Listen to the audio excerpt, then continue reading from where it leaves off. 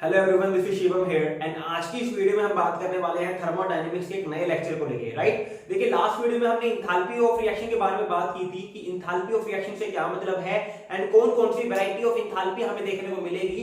तो उसमें से हमारे पास जो सबसे पहली इंथैल्पी है वो है इंथैल्पी ऑफ फॉर्मेशन। राइट, अगर मैं बात करता हूं इंथैल्पी ऑफ फॉर्मेशन की तो इंथैल्पी ऑफ फॉर्मेशन को हम डेल्टा एच एफ से रिप्रेजेंट करते हैं।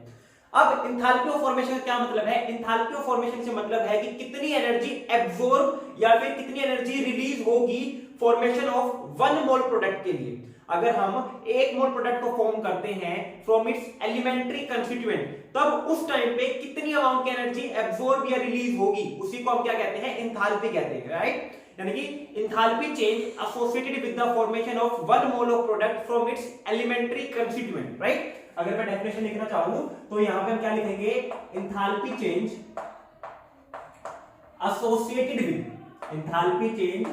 Associated with formation of 1 mole product. बहुत इंपॉर्टेंट बात है, इंथैल्पी ऑफ फॉर्मेशन जो है वो 1 मोल के लिए ही रिप्रेजेंट की जाती है। हमें इंथैल्पी ऑफ फॉर्मेशन में हमेशा याद रखिएगा 1 मोल प्रोडक्ट ही बनाना होता है, एक से ज्यादा नहीं होगा। Enthalpy change associated with formation of 1 mole product from its elementary constituent, right? अब देखिए बात क्या है, इसका मतलब क्या है? हमारे पास हमें 1 मोल प्रोडक्ट बनाने के टाइम पर कहां से? उसके एलिमेंट्री कंस्टिट्यूएंट से मतलब है जो नेचुरल ऑकरिंग स्टेट है उस एलिमेंट की, जो नेचुरल ऑकरिंग स्टेट है उस एलिमेंट की, वहां तो उन एलिमेंट्री कंस्टिट्यूएंट को कंबाइन करके 1 मोल प्रोडक्ट बनाने के लिए जितनी इंथैल्पी चेंज हमें देखने को मिलेगी, जितनी एनर्जी चेंज हमें देखने को मिलेगी, उसी को हम क्या कहते हैं? इंथैल्पी ऑफ फॉर्मेशन कहते हैं। फॉर एग्जांपल मान लीजिए मुझे कार्बन डाइऑक्साइड बनानी है, तो कार्बन डाइऑक्साइड कैसे बनेगी? कार्बन को ऑक्सीजन के साथ कंबाइन कर दो, क्या बन जाएगी? कार्बन डाइऑक्साइड बन जाएगी। अब ऑक्सीजन हमारे पास जो एलिमेंट ऑक्सीजन है वो नेचुरली O2 की फॉर्म में ही हमें देखने को मिलता है। राइट, नेचर में हमें ऑक्सीजन जो है O2 की फॉर्म में ही देखने को मिलता है। तो ये तो क्या हो गया? एलिमेंट्री स्पीशीज हो गई ऑक्सीजन के नाम की। अब कार्बन हमारे पास 2 फॉर्म में पाया जाता है, नेचर में हमें कार्बन 2 फॉर्म में पाया जाता है, एक तो ग्रेफाइट की फॉर्म में और एक डायमंड की फॉर्म में, एक ग्रेफाइट की फॉर्म में और एक डायमंड की फॉर्म में। तो अगर मैं नेचुरल ऑकरिंग और मोस्ट स्टेबल की बात करता हूं तो हमारे पास ग्रेफाइट ज्यादा स्टेबल रहता है डायमंड के कंपेयर में। तो जब हम यहाँ पे कार्बन कौन सा लेंगे? ग्रेफाइट लेंगे, प्लस ऑक्सीजन के साथ कंबाइन करेंगे और CO2 बनाएंगे, इसको हम कहेंगे इंथैल्पी ऑफ फॉर्मेशन, इसको हम कहेंगे इंथैल्पी ऑफ फॉर्मेशन। अगर मैं कार्बन कौन सा ले लूं? डायमंड ले लूं और ऑक्सीजन के साथ कंबाइन कर दूं और CO2 बना दूं, इसे इंथैल्पी ऑफ फॉर्मेशन नहीं कहेंगे, इसे हम इंथैल्पी ऑफ रिएक्शन कहेंगे। इसे हम क्या कहेंगे? इंथैल्पी ऑफ रिएक्शन कहेंगे। तो हमारे पास इंथैल्पी ऑफ फॉर्मेशन तब डिस्क्राइब की जाती है, तब डिफाइन की जाती है जब हम 1 मोल प्रोडक्ट बनाते हैं from its elementary constituent. Elementary constituent का मतलब है ये जो मेरे पास प्रोडक्ट बना है इसके अंदर जो एलिमेंट प्रेजेंट है, ये एलिमेंट कहां से आने चाहिए? उनके नेचुरली मोस्ट अबंडेंट स्टेट से आने चाहिए, तभी हम इसको क्या कहेंगे? इंथैल्पी ऑफ फॉर्मेशन कहेंगे। ये हमारे पास इंथैल्पी ऑफ फॉर्मेशन है, जबकि ये हमारे पास क्या है? Enthalpy of reaction. तो मुझसे कोई पूछे कि मैंने क्या किया, मीथेन को कंबाइन कर दिया ऑक्सीजन के साथ और बन गया CO2 प्लस H2O। ठीक है, रिएक्शन को हम बैलेंस करेंगे तो हमारे पास क्या आ जाएगा? यहाँ पे आ जाएगा 2H2O आ जाएगा हमारे पास, रिएक्शन हमारी बैलेंस हो जाएगी। तो सॉरी अभी नहीं आया, यहाँ पे अब बैलेंस हो जाएगी। राइट, अब हमें कहा गया क्या ये इंथैल्पी ऑफ फॉर्मेशन होगी? अगर मैं कार्बन डाइऑक्साइड के लिए रिस्पेक्ट में देखूं तो 1 मोल कार्बन डाइऑक्साइड तो यहाँ पे भी बना है, 1 मोल कार्बन डाइऑक्साइड तो यहाँ पे भी बना है, लेकिन क्या ये कार्बन डाइऑक्साइड उसके एलिमेंट्री कंस्टिट्यूएंट से बना है? नहीं, ये किससे बना है? मीथेन से। ये किससे बना है? ऑक्सीजन से। हमारे पास ऑक्सीजन तो चलो ठीक है एलिमेंट्री कंस्टिट्यूएंट हो गया, ऑक्सीजन तो चलो एलिमेंट्री कंस्टिट्यूएंट हो गया, लेकिन मीथेन तो एलिमेंट्री कंस्टिट्यूएंट नहीं है ना। तो ये इंथैल्पी ऑफ रिएक्शन है, ये इंथैल्पी ऑफ रिएक्शन है, ये इंथैल्पी ऑफ फॉर्मेशन नहीं होगी। इंथैल्पी ऑफ फॉर्मेशन डिस्क्राइब की जाती है जब जो प्रोडक्ट हमारा है वो एलिमेंट्री कंस्टिट्यूएंट से बने। क्या ये बातें समझ में आ रही है?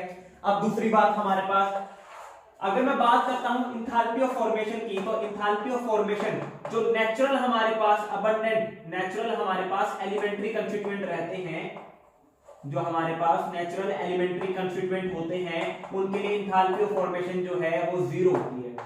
इनके लिए एंथैल्पी ऑफ फॉर्मेशन क्या होती है, जीरो होती है, क्योंकि ये हमें बनाने नहीं पड़ते, ये हमें बनाने नहीं पड़ते, ये हमें नेचर में एज इट इज देखने को मिलते हैं। तो एंथैल्पी ऑफ फॉर्मेशन हमेशा याद रखना, नेचुरल ओकरिंग कंस्टिट्यूएंट जो होते हैं हमारे पास उनके लिए क्या होती है, जीरो होती है। तो अगर मैं बात करता हूं, अब दूसरी बात, ये थी पहली बात, दूसरी बात क्या हमारे पास, ये थी पहली बात, दूसरी बात क्या, अगर हमें एंथैल्पी ऑफ फॉर्मेशन लिखनी है तो एंथैल्पी ऑफ फॉर्मेशन का फॉर्मूला होता है enthalpy of product minus enthalpy of formation of reactant, ठीक है, enthalpy of formation of product minus enthalpy of formation of reactant, ये हमारे पास एंथैल्पी ऑफ फॉर्मेशन का फॉर्मूला होता है कि प्रोडक्ट की जो एंथैल्पी है माइनस रिएक्टेंट की जो एंथैल्पी है, इनको हम क्या कर देंगे, माइनस कर देंगे, तो हमारे पास क्या आ जाएगा, एंथैल्पी ऑफ फॉर्मेशन हमें देखने को मिल जाएगी। यानी कि अगर मैं इस रिएक्शन के लिए एंथैल्पी ऑफ फॉर्मेशन निकालना चाहूं इस रिएक्शन के लिए, तो हमारे पास एंथैल्पी ऑफ फॉर्मेशन क्या आ जाएगा, एंथैल्पी ऑफ फॉर्मेशन आ जाएगा enthalpy of formation of product that is carbon dioxide minus enthalpy of formation of reactant, reactant में हमारे पास क्या है, कार्बन और ऑक्सीजन, तो enthalpy of formation of product minus enthalpy of formation of reactant, तो enthalpy of formation of reactant में क्या है, enthalpy of formation of carbon plus enthalpy of formation of oxygen, right, ये हमें देखने को मिल जाएगा एंथैल्पी ऑफ फॉर्मेशन इस रिएक्शन के लिए। अब ध्यान से सुनिएगा,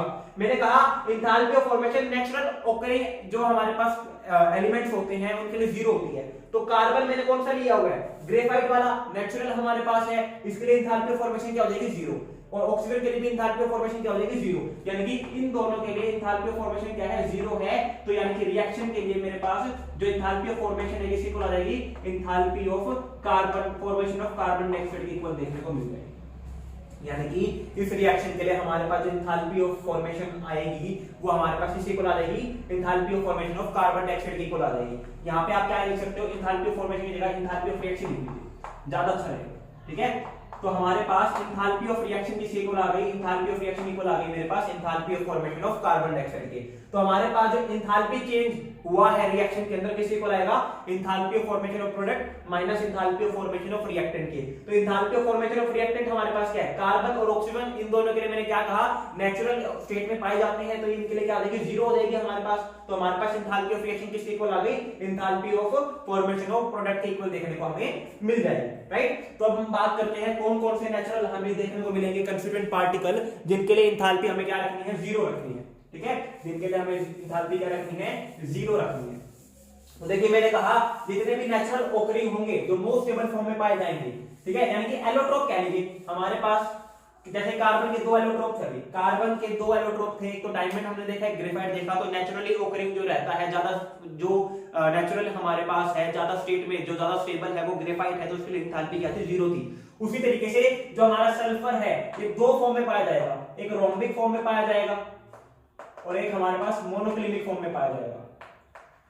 तो रोम्बिक के लिए तो जीरो होती है एंथैल्पी ऑफ फॉर्मेशन और मोनोक्लिनिक के लिए नॉन जीरो, क्योंकि रोम्बिक ज्यादा स्टेबल देखने को मिलता है। कार्बन के हमारे पास दो एलोट्रोप है, एक हमारे पास है डायमंड और एक हमारे पास क्या है, ग्रेफाइट, एक हमारे पास क्या है, ग्रेफाइट। तो डायमंड के लिए तो नॉन जीरो है क्योंकि ज्यादा स्टेबल नहीं है कंपेयर टू ग्रेफाइट, इसके लिए क्या देगी, जीरो हो जाएगी हमारे पास। उसी तरीके से फास्फोरस हमारे पास बहुत फॉर्म में पाए जाते हैं, व्हाइट फास्फोरस होता है, ब्लैक येलो फास्फोरस होता है हमारे पास, ठीक है, रेड फास्फोरस होता है। तो व्हाइट और येलो अच्छे खासे स्टेबल होते हैं, इनके लिए एंथैल्पी ऑफ फॉर्मेशन क्या होगी, जीरो, और रेड के लिए हमारे पास क्या होगी, नॉन जीरो हमें देखने को मिल जाएगी, राइट। अगर हमारे पास कोई गैस है जो कि नेचुरली पाई जाती है, जैसे एलिमेंट्री होनी चाहिए, यानी कि होमोडायनेमिक होनी चाहिए, हेटेरो नहीं चलेगी, क्योंकि हेटेरोडायनेमिक तो दो अलग अलग कंस्टिट्यूएंट से मिलकर बनी हुई है ना, जैसे N2 हो गई, O2 हो गई, ये नेचुरली इन्हीं स्टेट में हमें देखने को मिलती है, तो इनके लिए एंथैल्पी ऑफ फॉर्मेशन क्या हो जाएगी, जीरो हमें देखने को मिल जाएगी, राइट। चलिए बात करते हैं, मान लीजिए क्वेश्चन है मेरे पास, क्वेश्चन है मेरे पास एंथैल्पी ऑफ रिएक्शन निकालनी है, हमें एंथैल्पी ऑफ रिएक्शन निकालनी है गिवन रिएक्शन के लिए, ठीक है, एंथैल्पी ऑफ रिएक्शन बतानी है हमें। कहा गया एंथैल्पी ऑफ फॉर्मेशन जो है मान लीजिए वो x जूल है, एंथैल्पी ऑफ फॉर्मेशन जो है अमोनिया के लिए, एंथैल्पी ऑफ फॉर्मेशन जो है अमोनिया के लिए x जूल दे रखी है, एंथैल्पी ऑफ रिएक्शन बतानी है। तो देखिए एंथैल्पी ऑफ रिएक्शन का फॉर्मूला मैंने आपको अभी बताया, फॉर्मेशन की अगर हम बात करते हैं तो enthalpy of formation of product minus enthalpy of formation of reactant, ठीक है। रिएक्शन हमने दे रखी है N2 + 3H2 give rise to 2NH3, give rise to 2NH3, ये हमारे पास रिएक्शन। अब देखिए अगर मैं बात करता हूं enthalpy of formation of ammonia की, तो अमोनिया कैसे बनेगा, अमोनिया हमें यहीं से मिलेगा क्योंकि N2 हमारे पास नेचुरल ऑकरिंग स्टेट में है, हाइड्रोजन भी हमारे पास क्या है, नेचुरल ऑकरिंग स्टेट में, यहाँ पे हाइड्रोजन भी ऐड कर लीजिए, ठीक है, हाइड्रोजन भी हमारे पास क्या है, नेचुरल ऑकरिंग स्टेट में है हमारे पास, और ये हमारे पास क्या बन गया, अमोनिया बन गया। तो एंथैल्पी ऑफ रिएक्शन मैंने कहा था क्या होता है फॉर्मूला, एंथैल्पी ऑफ रिएक्शन होती है enthalpy of formation of product minus enthalpy of formation of reactant. ठीक है, अब हमारे पास enthalpy of formation of product में हमारे पास क्या है अमोनिया, तो 2 into enthalpy of formation of ammonia. 2 से मल्टीप्लाई क्यों किया, क्योंकि यहाँ पे मेरे पास जो स्टोइचियोमेट्री है वो 2 है। हम जो एंथैल्पी ऑफ फॉर्मेशन डिफाइन करते हैं वो 1 मोल के लिए करते हैं, यहाँ पे मेरे पास कितने मोल है 2 मोल है, तो मैंने क्या कर दिया 2 से मल्टीप्लाई कर दिया, राइट। अभी बात करेंगे इस चीज को लेके भी क्या कहने का मतलब था, enthalpy of formation of ammonia मैंने क्या कर दिया डबल 2 से मल्टीप्लाई कर दिया, क्योंकि यहाँ पे स्टोइचियोमेट्री क्या थी 2 थी। अब enthalpy of formation of reactant में क्या था, enthalpy of formation of N2 plus 3 into enthalpy of formation of H2। मैंने क्या कहा था, नेचुरल ऑपरेटिंग स्टेट में हमें कोई भी देखने को मिलेगा अगर, तो उसकी क्या होती है हमारे पास एंथैल्पी ऑफ फॉर्मेशन 0 होती है, तो हाइड्रोजन की 0 नाइट्रोजन की 0, तो एंथैल्पी ऑफ रिएक्शन क्या आ गया, एंथैल्पी ऑफ रिएक्शन आ गया मेरे पास 2 into enthalpy of formation of ammonia, और अमोनिया की एंथैल्पी कितनी दे रखी है हमें x जूल दे रखी है, तो कितना आ गई 2x हमें देखने को मिल जाएगा। तो इस रिएक्शन के लिए जो एंथैल्पी ऑफ फॉर्मेशन है वो कितनी है 2x हमें देखने को मिल जाएगी। क्या आपको ये बातें समझ में आ रही है। अब बात करते हैं एंथैल्पी का स्टोइचियोमेट्री से क्या रिलेशन है। ठीक है, अब हम बात करते हैं एंथैल्पी का स्टोइचियोमेट्री से क्या रिलेशन है। चलिए अब देखिए हमारे पास स्टोइचियोमेट्री बहुत इंपॉर्टेंट रोल प्ले करती है चाहे कोई भी एंथैल्पी हो। ठीक है, स्टोइचियोमेट्री हमारा बहुत इंपॉर्टेंट रोल प्ले करती है चाहे कोई भी हमें एंथैल्पी दे रखी हो। तो बात करते हैं स्टोइचियोमेट्री अगर हम कुछ चेंज करते हैं तो एंथैल्पी में कुछ चेंज होगा या नहीं होगा, राइट। चलिए अब देखिए अब हम बात करते हैं डिपेंडेंसी ऑफ एंथैल्पी। अब हम बात करते हैं dependency of enthalpy on various operation. अगर हम डिफरेंट ऑपरेशन लगाते हैं तो एंथैल्पी के ऊपर क्या क्या इंपैक्ट हमें देखने को मिलेगा। ठीक है, ये मैं इतना डिटेल में इसलिए करवा रहा हूं पहले लेक्चर में क्योंकि ये सारा कॉमन है। ठीक है, एंथैल्पी का क्या फर्क, क्या के ऊपर क्या इफेक्ट पड़ेगा, क्या इंपैक्ट पड़ेगा अगर हम कोई ऑपरेशन ऑपरेट करते हैं तो चाहे कोई भी एंथैल्पी उन सब के लिए बातें सेम रहेंगी। पहली बात, अगर हम रिएक्शन को किसी फैक्टर से मल्टीप्लाई करते हैं, अगर हम रिएक्शन को किसी फैक्टर से मल्टीप्लाई करते हैं तो एंथैल्पी भी उसी फैक्टर से मल्टीप्लाई हो जाएगी। एंथैल्पी भी उसी फैक्टर से क्या हो जाएगी मल्टीप्लाई हो जाएगी। अगर हम रिएक्शन को डिवाइड करते हैं किसी फैक्टर से, ठीक है, अगर हम जो हमारी रिएक्शन है उसको डिवाइड करते हैं किसी फैक्टर से तो वो भी क्या हो जाएगा डिवाइड में चला जाएगा। ठीक है, वो फैक्टर क्या हो जाएगा एंथैल्पी के भी डिवीजन में चला जाएगा। अगर हम दो रिएक्शन को ऐड करते हैं, अगर हम दो रिएक्शन को ऐड करते हैं तो एंथैल्पी जो है वो भी क्या हो जाएगी ऐड हो जाएगी। दोनों रिएक्शन की एंथैल्पी क्या हो जाएगी दोनों रिएक्शन की ऐड हो जाएगी। और अगर हम दो रिएक्शन को सब्सट्रैक्ट करते हैं आपस में से तो हमारे पास जो एंथैल्पी है वो भी क्या हो जाएगी सब्सट्रैक्ट हो जाएगी। एंथैल्पी भी दोनों की क्या हो जाएगी सब्सट्रैक्ट हमें देखने को मिल जाएगी। अब आप कहोगे सर मतलब समझ में नहीं आया, मतलब समझा दो। चलो मतलब समझाते हैं। ठीक है, इनका मतलब समझाते हैं। मैंने कहा अगर हम किसी भी रिएक्शन को किसी फैक्टर से मल्टीप्लाई करते हैं तो उसकी एंथैल्पी भी उस फैक्टर से क्या हो जाएगी मल्टीप्लाई हो जाएगी। मान लो मेरे पास एक रिएक्शन थी, मैंने कहा x + y जो है वो z दे रहा है, इसके लिए एंथैल्पी थी मान लीजिए हमारे पास a जूल, इसके लिए मान लीजिए एंथैल्पी थी a जूल। मैंने क्या किया इस रिएक्शन को मल्टीप्लाई कर दिया किसी फैक्टर से, मैंने किया 2x + 2y = 2z। ठीक है, तो मैंने क्या किया पूरी की पूरी रिएक्शन को 2 से मल्टीप्लाई कर दिया तो हमारी जो एंथैल्पी थी रिएक्शन के लिए वो भी क्या हो जाएगी 2 से मल्टीप्लाई हो जाएगी, तो एंथैल्पी बन जाएगी 2a जूल। ठीक है, अगर मैं किसी वेक्टर से इसको डिवाइड कर देता हूं, मान लो मैंने किया 1/2 तो 1/2x + 1/2y = 1/2z, तो हमारी जो एंथैल्पी है ये भी क्या हो जाएगी उसी फैक्टर से डिवाइड हो जाएगी। तो जो नई एंथैल्पी आएगी वो क्या आ जाएगी a/2 जूल। क्या ये बात समझ में आ रही है। अब देखिए ये थी हमारे पास पहली बात। दूसरी बात क्या, मैंने कहा अगर मैं दो रिएक्शन को ऐड करता हूं तो मेरी एंथैल्पी क्या हो जाएगी ऐड हो जाएगी। मान लो मैंने कहा x + y जो है z दे रहा है, b + c जो है वो d दे रहा है, इसके लिए जो एंथैल्पी है मेरे पास मान लीजिए वो a है, इसके लिए जो एंथैल्पी है मान लीजिए मेरे पास e जूल है, इसके लिए a जूल इसके लिए e जूल। मैंने दोनों को ऐड कर दिया तो क्या बन जाएगा x + y + b + c जो है वो क्या देगा z + d दे देगा। तो मेरे पास इस रिएक्शन की जो नई एंथैल्पी बनेगी वो क्या बन जाएगी a + e जूल। ये बात समझ में आई। और अगर मैं इन दोनों को सब्सट्रैक्ट कर देता तो सब्सट्रैक्ट करने के बाद क्या बनती x + y - b + c ठीक है, क्या देता है हमारे पास z - d। तो जो इंथैल्पी मैंने क्या की है, सब्सट्रैक्ट की है, वो मेरे पास क्या हो जाएगी, नेगेटिव हो जाएगी। ये दोनों आपस में क्या हो जाएगी, नेगेटिव, यानी कि सब्सट्रैक्ट हो जाएगी। तो z आ जाएगा, डेल्टा आ जाएगा a माइनस e। तो ये हमारे पास अलग अलग ऑपरेशन है जो कि किसी भी इंथैल्पी के ऊपर क्या लगते हैं। अगर हम किसी इंथैल्पी को रिवर्स करते हैं, एक और ऑपरेशन है वो देख लेंगे। अगर हम किसी भी रिएक्शन को रिवर्स करते हैं तो इसका इंथैल्पी का जो साइन है वो भी क्या होता है, रिवर्स हो जाता है। कहने का मतलब है, मान लीजिए मेरे पास क्या थी, A से B बन रहा है, इसके लिए इंथैल्पी है x जूल।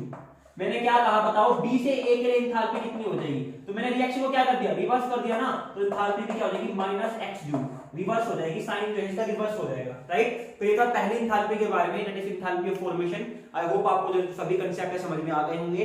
नेक्स्ट इंथैल्पी हम बात करने वाले हैं नेक्स्ट लेक्चर के अंदर। कोई भी डाउट रहता है तो आप कमेंट सेक्शन में कमेंट कर सकते हो या फिर मेरे सोशल हैंडल्स के ऊपर जाकर मैसेज ड्रॉप आउट कर सकते हो। So thank you very much, have a good day.